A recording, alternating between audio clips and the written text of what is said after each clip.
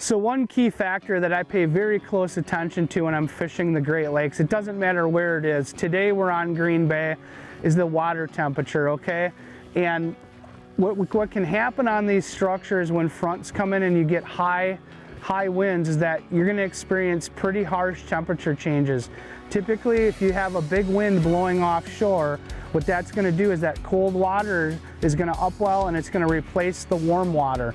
So the trick is to not only pay attention to the water temperature, but also look for areas that maybe aren't going to get affected quite as much as far as that current or get that upwelling. And so I'll look for places that have a little bit less of a slope and there isn't quite as much of a replacement that goes on there.